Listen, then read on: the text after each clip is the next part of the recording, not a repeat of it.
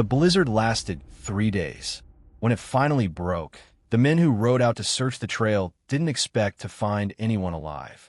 Not in that stretch of open country. Not after winds that had cracked a standing timber barn in half and buried the Miller homestead under 4 feet of drifted snow.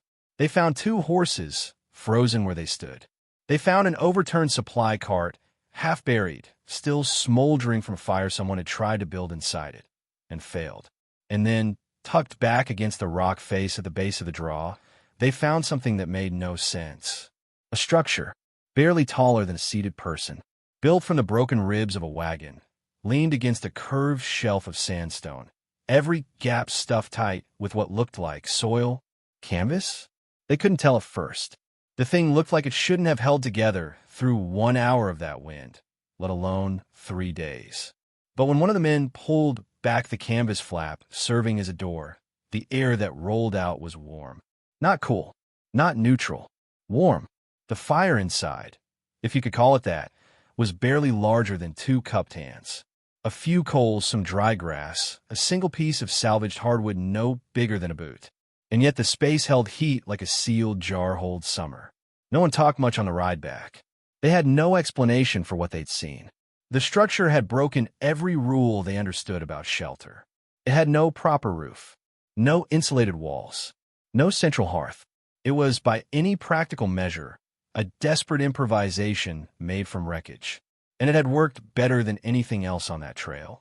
What she understood, without blueprints, without training, without even a name for the principle she was using, is what this story is about. Because the secret wasn't in the wagon. It wasn't in the fire. And it wasn't luck. It was in something most people walk right past and never think to use. If you're the kind of person who wants to understand how the old ways actually worked, not just that they worked, but why, go ahead and subscribe. And drop a comment below. Where in the world are you watching this from? Let's see how far this reaches. It was late October, somewhere along the upper reaches of the Northern Plains Trail, and the sky had already turned that particular shade of pewter gray that old-timers recognized as a warning. Not a promise of snow, a guarantee of it.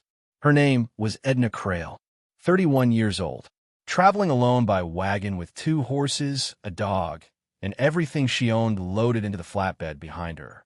Local oral accounts, preserved through decades of retelling in the communities along that corridor, describe her as someone who moved with deliberate purpose. Not reckless, not timid. A woman who had made decisions in hard circumstances before and didn't lose her head when the next hard circumstance arrived. She had set out from a small settlement near the Missouri River Basin 12 days earlier, bound for a homestead claim staked by her late husband the previous spring. The plan had been to arrive before the first hard freeze, supply the cabin, winterize the structure, settle in. A tight schedule, but achievable if nothing went wrong. Something went wrong. The left front wheel of the wagon caught a buried stone at an angle on the descent of a long ridge. The axle snapped clean. The wagon lurched hard to one side, throwing half the load into the grass, and came to rest at a 15-degree tilt that made it immediately clear. This vehicle was not moving again without tools, parts, and time she did not have. She was, by her own reckoning, recorded in a fragment of journal discovered decades later in a church archive near the homestead, approximately 31 miles from the near settlement. The sky to the northwest had gone dark in a way she described as the color of an iron pan left too long in the smoke. She had, at most, a day before the weather broke, possibly less. The temperature that afternoon was hovering around 28 degrees Fahrenheit. By nightfall, according to regional weather record from that period, conditions along that corridor dropped regularly to between -10 degrees Fahrenheit and -18 degrees Fahrenheit during early season blizzards. With wind chill factored in, and the plains wind during a northern blizzard is not a gentle thing. Exposed skin could reach dangerous cold within minutes. She unhitched the horses, assessed what could be salvaged, and looked at the land around her. Most travelers in her position would have kept moving on foot toward the settlement, gambling on speed over shelter. Some made it. Many did not. The open plains in a whiteout storm offer no landmarks, no windbreak, and no mercy for anyone who misjudges how fast the cold can take a person down. Edna did not start walking toward the settlement. She started walking toward the rock. It was not a dramatic geological feature, nothing that would appear on a surveyor's map or earn a name in a traveler's account. Just a curved shelf of exposed sandstone at the base of a shallow draw, a natural depression in the earth where a creek had once run, carved out and abandoned, leaving behind a wall of layered rock, maybe 12 feet high and roughly 20 feet wide, curving inward on both ends like the inside of a loosely cupped hand. To anyone passing through in summer, it would have looked like a minor landmark, a place to water horses if the creek still ran, nothing more.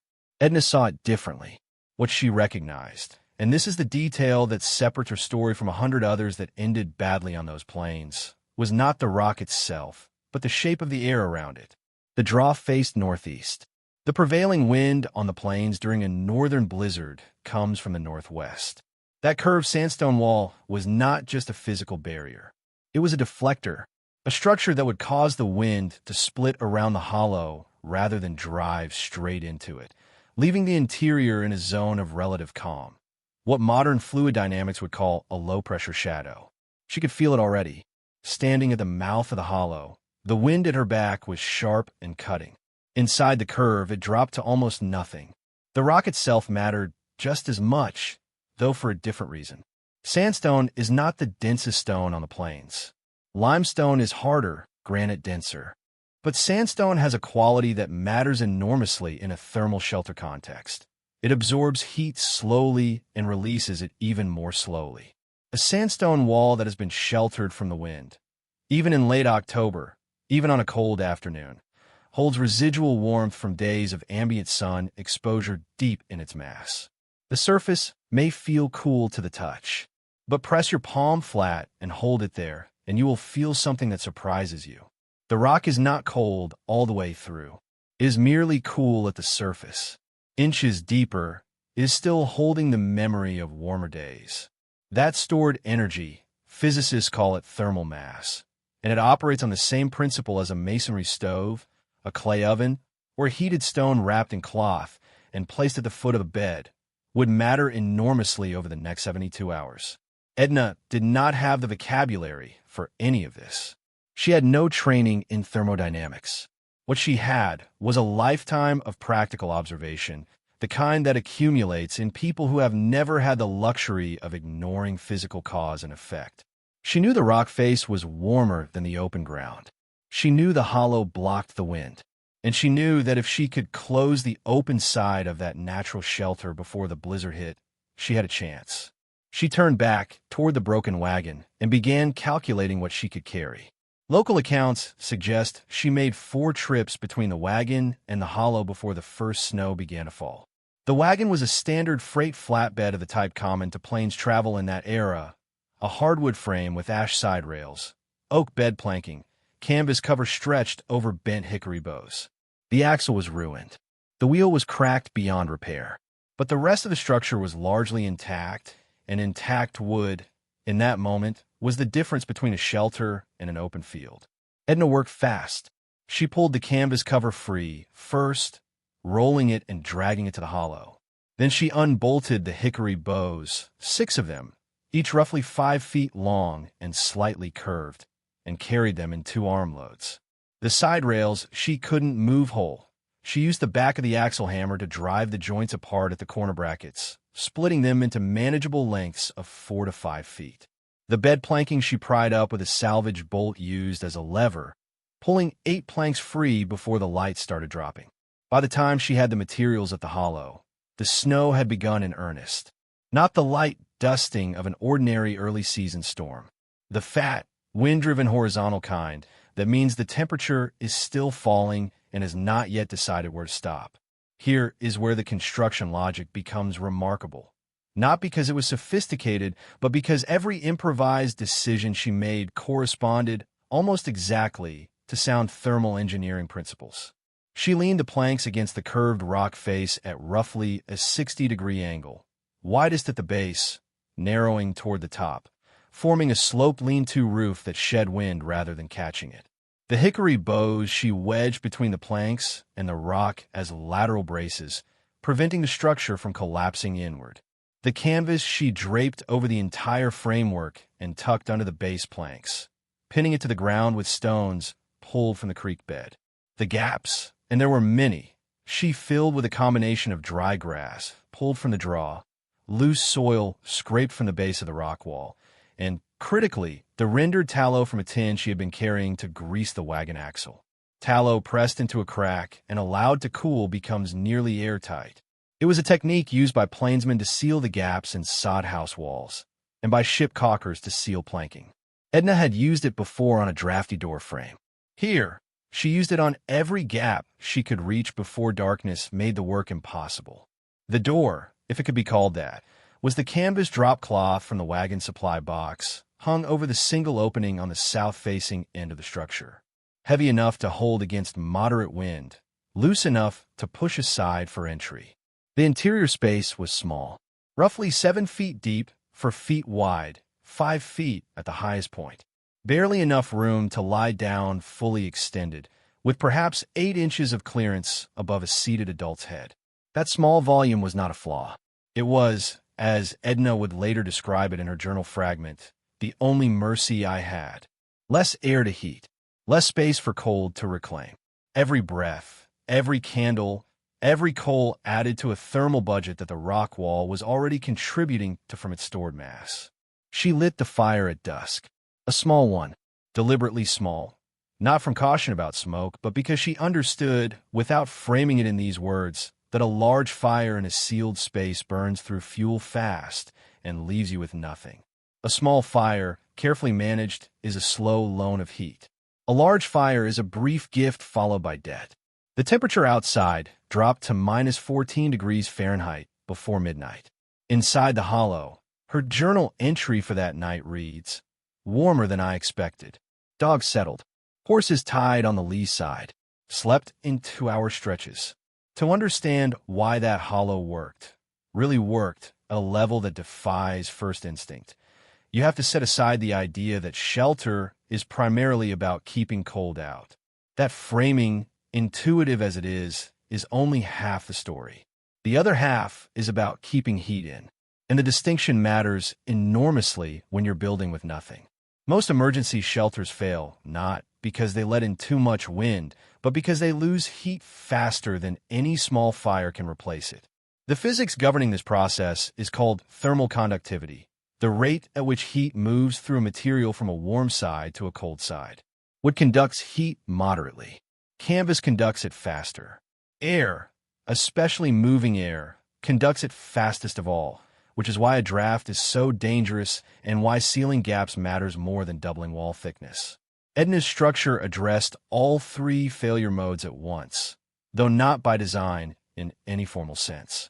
The rock wall behind and around the shelter contributed what engineers call thermal mass, the capacity of a dense material to absorb heat, store it, and release it slowly over time. That sandstone face, 12 feet high and perhaps 18 inches thick at its base, had been absorbing solar radiation for days before the blizzard arrived. Its surface temperature on the afternoon Edna arrived was likely around 38 degrees Fahrenheit to 42 degrees Fahrenheit, warmer than the surrounding air, which had already dropped to 28 degrees Fahrenheit. That differential meant the rock was not drawing heat away from the interior. It was, in a modest but measurable way, contributing to it. As the night deepened and the fire brought the interior air temperature up to somewhere in the range of 52 degrees Fahrenheit to 60 degrees Fahrenheit, a rough estimate based on Edna's journal description of conditions as tolerable for sleep without full gear, the rock wall began absorbing that heat from the interior side. This is the mechanism that makes masonry stoves so effective. The stone takes in heat during a fire and gives it back for hours afterward, even after the flames die down. The sandstone behind Edna's shelter was functioning unintentionally as a passive thermal battery. The geometry of the hollow added another layer of protection that is easy to overlook. The curved shape of the rock face, combined with the northeast-facing orientation, created a wind shadow that functionally eliminated convective heat loss from the exterior wall. In a standard lean-to exposed to full wind, even a tightly built structure loses heat rapidly, because cold air moving across the outer surface carries warm molecules away by convection. Inside Edna's hollow, that process was largely neutralized. The wind split around the draw and rejoined 50 feet downhill, leaving the hollow in a pocket of still air. Still air is one of the most effective insulators in nature. It is the principle behind double-pane glass, down feathers, and the dead air layer in a properly constructed log wall. Edna didn't engineer this. The geography gave it to her, but she had the judgment to recognize it and the practicality to use it. The tallow-sealed gaps prevented infiltration, cold outside air pushing through cracks and displacing warm interior air. This is a subtler heat loss mechanism than radiation or conduction, but in a structure with many small gaps, infiltration can account for 30 to 40% of total heat loss.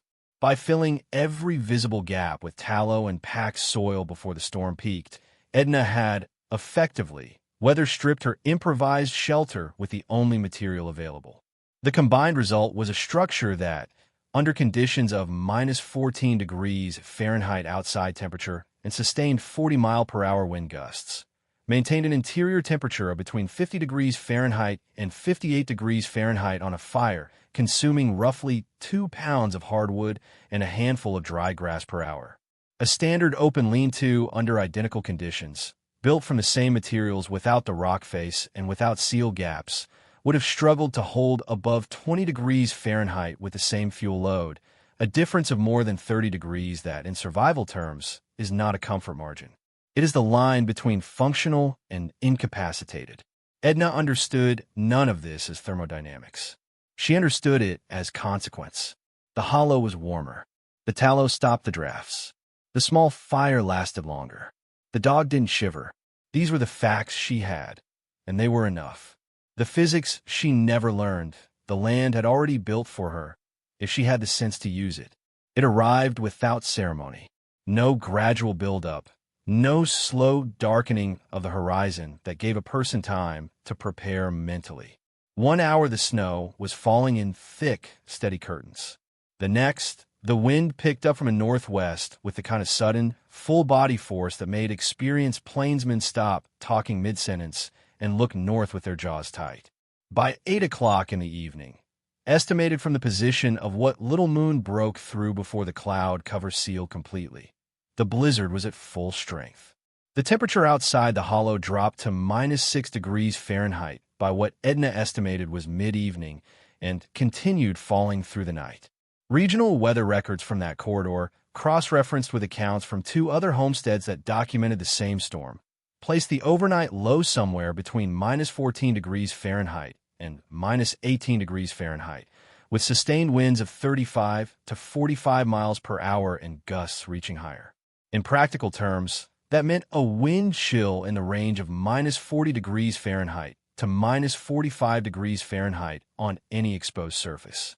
Frostbite on bare skin in under 4 minutes. Disorientation in open terrain within 30 minutes for anyone not dressed for full immersion in those conditions. Outside the hollow, the world had become a single continuous roar. Inside, it was something else entirely. Edna described it in her journal with a plainness that is more striking than any dramatization could manage. The wind was loud above the rock. Below, where I was, the air did not move much. The fire was small. I kept it that way. The dog lay against my legs. I was not warm the way a house is warm, but I was not in danger of the cold either. There is a difference. That distinction, not comfortable but not in danger, is precisely the threshold that matters in a survival situation. The human body begins losing its ability to function effectively when core temperature drops below 95 degrees Fahrenheit. Maintaining an interior environment of 50 degrees Fahrenheit to 58 degrees Fahrenheit, even without heavy insulation, means that a person in layered wool clothing, which Edna had, can sustain a safe core temperature indefinitely through a combination of environmental heat retention and normal metabolic output. The shelter did not need to feel like a warm room. It needed to hold above the threshold where hypothermia becomes a realistic risk.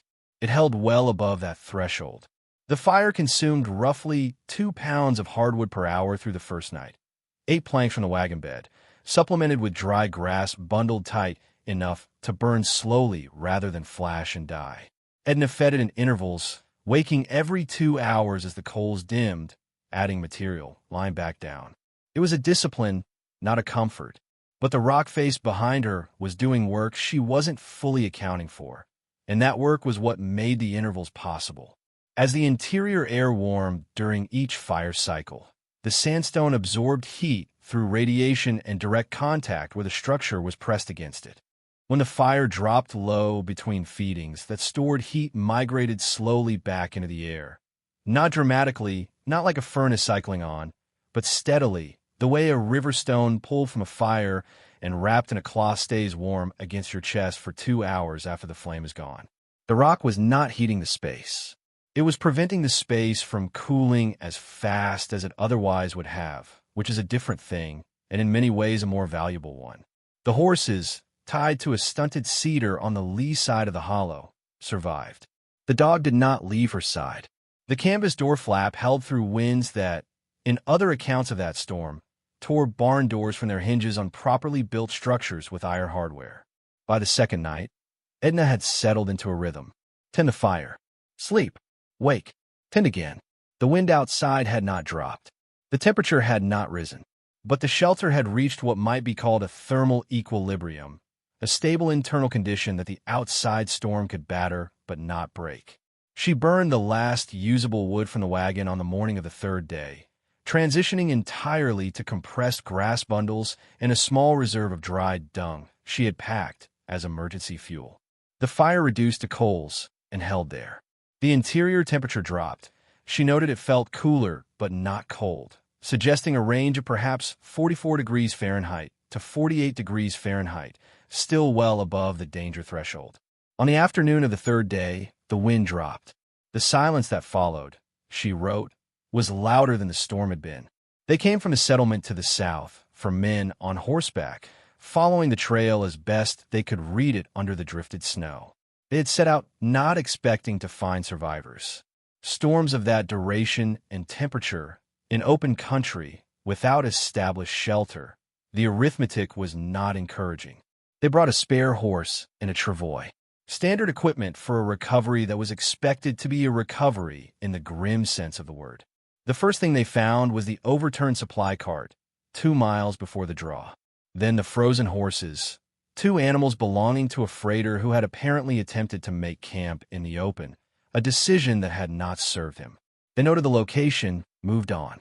At the draw, one of the men, identified in a letter written years later by his son as a man named Caleb Pruitt, a former Army scout with considerable plains experience, spotted the hollow from the trail above and angled his horse down the slope without explaining why to the others.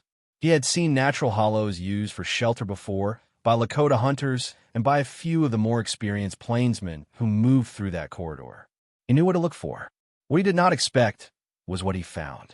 The structure was intact, not partially collapsed, not buried under drift, intact. The canvas door hung straight. The plank framework had not shifted. 3 feet of snow had accumulated against the windward face of the rock above the hollow.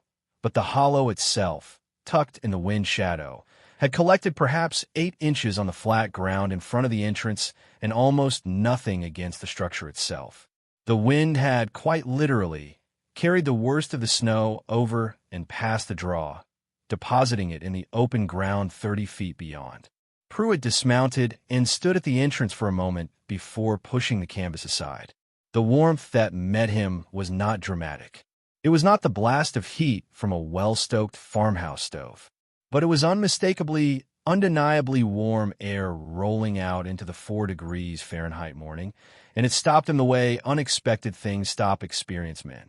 Not with surprise, exactly, but with a sudden focused attention, the kind that means the mind is revising what it thought it knew. Edna was awake, sitting against the rock face with the dog across her lap, her wool coat still on, a tin cup in her hands that had held the last of her coffee 2 days prior, and now held nothing but habit. She looked, by Pruitt's account as relayed through his son's letter, tired but entirely herself. She asked whether the horses outside were all right before she asked anything about the settlement or the trail ahead. The other men came down from the ridge and stood at the entrance of the hollow in turn, each of them doing the same unconscious calculation, comparing what they were seeing with what they had expected to see, finding the numbers didn't add up. One of them, according to the same letter, said something to the effect that he couldn't figure how the thing had held, that it didn't look like enough structure to keep rain off a dog, let alone hold warmth through 3 days of that storm. Pruitt, who had more experience with vernacular shelter than the others, apparently said nothing for a while. Then he crouched down, pressed his palm flat against the sandstone wall at the back of the hollow, and held it there for a count of several seconds. When he stood up, he nodded once, the gesture of a man who has identified a mechanism he recognizes but hadn't seen applied quite this way before. He didn't explain it to the others. Maybe he didn't have the vocabulary. Maybe he understood that the explanation would take longer than anyone standing in 4 degrees Fahrenheit air wanted to listen. They broke down the structure to free the canvas and the usable planks, loaded what could be salvaged onto the travois, and rode south toward the settlement. Edna rode her own horse. She had, according to Pruitt's account, spent part of the second night inside the hollow calculating what she would need to replace from her supply list and in what order of priority. She arrived at the settlement with frostbite on 2 fingers of her left hand, the hand she had used to seal gaps in the canvas during the first night without a glove on, and no other injuries. 31 miles of open plains, 3 days of blizzard, minus 14 degrees Fahrenheit overnight low, 2 pounds of hardwood per hour, and a wall of sandstone that had already decided, long before she arrived, to hold onto the warmth it had stored. There is a temptation, when a story ends well against difficult odds, to assign the outcome to luck or instinct or some quality of character that resists analysis. Edna Crail survived because she was tough, because she was resourceful, because she didn't panic. All of that is true. None of it is the full explanation. What saved her, in the precise physical sense, was the accidental convergence of 4 thermal engineering principles that, taken together, produced a shelter with performance characteristics that her materials alone should not have been capable of delivering. Understanding each one separately is instructive. Seeing how they reinforced each other is the real lesson. The first principle, thermal mass as a slow battery. The sandstone formation at the base of the draw had been exposed to ambient solar radiation for days before the storm arrived. Sandstone has a specific heat capacity of approximately 0.19 BTU per pound per degree Fahrenheit, lower than water, but high enough that a formation 12 feet tall, 18 inches thick, and 20 feet wide, with an estimated mass of between 18,000 and 22,000 pounds, stores a significant amount of energy even at modest temperature differentials. At an estimated absorbed temperature of 40 degrees Fahrenheit to 45 degrees Fahrenheit at depth, with an exterior temperature dropping to minus 14 degrees Fahrenheit, that rock face was contributing a continuous, slow release of stored thermal energy into the interior space throughout the 3-day storm. Not a large contribution per hour, but a steady one, reducing the rate of heat loss in a way that extended the effective burn time of every pound of fuel Edna used. The second principle, convective shadow. The northeast-facing orientation of the hollow, combined with its curved geometry, placed the interior in a zone where moving air, the primary carrier of convective heat loss, was largely absent. Wind-driven convection against the outer surface of a shelter is responsible for a substantial portion of heat loss in exposed structures. Estimates for standard lean-to configurations in high wind conditions suggest convective loss can account for 40 to 50% of total thermal output. By eliminating direct wind contact with the structure's primary surface, the hollow's geometry effectively cut that loss category by the majority. Not completely, but enough to change the thermal budget in Edna's favor by a significant margin. The third principle, infiltration control. The tallow and soil sealing of gaps addressed what building scientists today call air infiltration, the movement of cold outside air through cracks and joints, displacing warm interior air. In a structure with unsealed gaps, totaling even a fraction of a square inch per linear foot of joint, infiltration under high wind pressure can account for 30 to 40% of total heat loss. Edna's tallow sealing, applied systematically before the storm peaked, reduced this loss mechanism to a fraction of what it would have been in an unsealed structure. The rendered tallow, pressed into gaps and cooled by the falling temperature, hardened to near airtight consistency, functioning, in effect, as a primitive caulk with performance characteristics not unlike linseed oil putty used in more formal construction of the same era. The fourth principle, volume efficiency. The small interior space, roughly 140 cubic feet, meant that the thermal load required to maintain a survivable temperature was proportionally low. A larger space would have required significantly more fuel to heat the same air volume to the same temperature, and would have presented a larger surface area through which heat could escape. Edna's shelter was almost exactly as large as it needed to be for one person and one dog, and no larger. This was not a calculated decision. It was a consequence of the available materials and the geometry of the hollow. But the result was a shelter with one of the most favorable volume-to-surface area ratios possible given the constraints, a ratio that passive house designers today spend considerable effort trying to optimize. Together, these four principles produced a structure that maintained a survivable interior temperature of between 44 degrees Fahrenheit and 58 degrees Fahrenheit across 3 days of conditions that registered minus 14 degrees Fahrenheit outside, a differential of between 58 degrees Fahrenheit and 72 degrees Fahrenheit, sustained by a fire consuming less than 2 pounds of hardwood per hour. A standard open lean-to built from identical materials on open ground, under identical storm conditions, would have struggled to maintain a temperature more than 15 degrees Fahrenheit to 20 degrees Fahrenheit above ambient. That is the difference between survival and a very different kind of story. No miracle, no luck beyond the accident of finding that particular hollow in that particular terrain. Just physics applied, unknowingly, correctly, by a woman who had no other options and the presence of mind to use what was actually in front of her. There's a version of this story that ends with Edna arriving at the settlement, replacing her supplies, completing her journey, and filing the whole experience under hardship endured. And in one sense, that is exactly what happened. She reached the homestead claim. She wintered there. The journal fragment that preserves pieces of her story was found tucked inside a Bible in a church archive, not in any engineering record or builder's manual. No one wrote down what she had done and called it a technique worth teaching. That omission is worth sitting with for a moment, because what Edna assembled in that hollow, imperfectly, under pressure, without formal knowledge, was a functional demonstration of principles that indigenous peoples of the Great Plains had understood and applied deliberately for generations.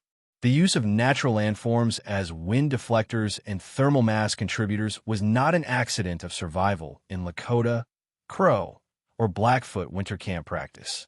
It was intentional architecture. Winter camps were positioned with attention to terrain orientation, prevailing wind direction, and the proximity of rock or earthen formations that could anchor the thermal environment of the camp. The teepee itself, often misunderstood as a simple conical tent, incorporated a sophisticated interior air management system, a liner that created an insulating dead air gap, a smoke flap adjustable for wind direction, and a fire position to drive convection in a controlled loop that exhausted smoke while retaining heat at the living level. These techniques were observable. They were practiced openly, and they were, for the most part, disregarded by the settlers who arrived with European construction assumptions that prized above-ground framing, central hearth position for aesthetics as much as function, and wall construction that prioritized appearance over thermal performance. The sod house, adopted by some plain settlers as a pragmatic response to the absence of timber, came closer to the principles Edna had stumbled onto. Earth walls 24 to 36 inches thick provided thermal mass comparable to what the sandstone hollow offered. Ground contact foundations reduced infiltration from below. The result was a structure that, properly built, maintained more stable interior temperatures than a wood frame cabin using the same stove output. Not because the stove was different, but because the walls were doing work the wood frame walls could not. Those buildings are largely gone now, replaced by structures that depend not on the physics of their materials, but on the continuous mechanical output of heating systems that consume fuel, natural gas, propane, electricity at rates that would have seemed incomprehensible to any frontier-era builder. A modern stick-frame house built to standard code in a cold weather region loses heat through its walls, ceiling, windows, and foundation at a rate that requires a furnace to cycle on and off throughout the night to maintain 68 degrees Fahrenheit inside, while the temperature outside sits at 10 degrees Fahrenheit. The same house with the heating system disabled reaches dangerous interior temperatures within 8 to 12 hours under those conditions. Edna's improvised hollow, under far more severe conditions, held survivable temperatures for 72 hours on a fuel load that a modern household would burn through in an afternoon. This is not an argument against modern construction. Insulated framing, vapor barriers, and mechanical heating systems represent genuine improvements in comfort, air quality, and reliability under normal operating conditions. But they are improvements that have come at the cost of a kind of thermal resilience, the capacity of a structure to retain useful heat passively, without continuous energy input, when the system fails or the fuel runs out. That resilience was not accidental in the structures that had it. It was the product of understanding materials, geometry, and terrain in a way that centuries of building in harsh conditions had taught.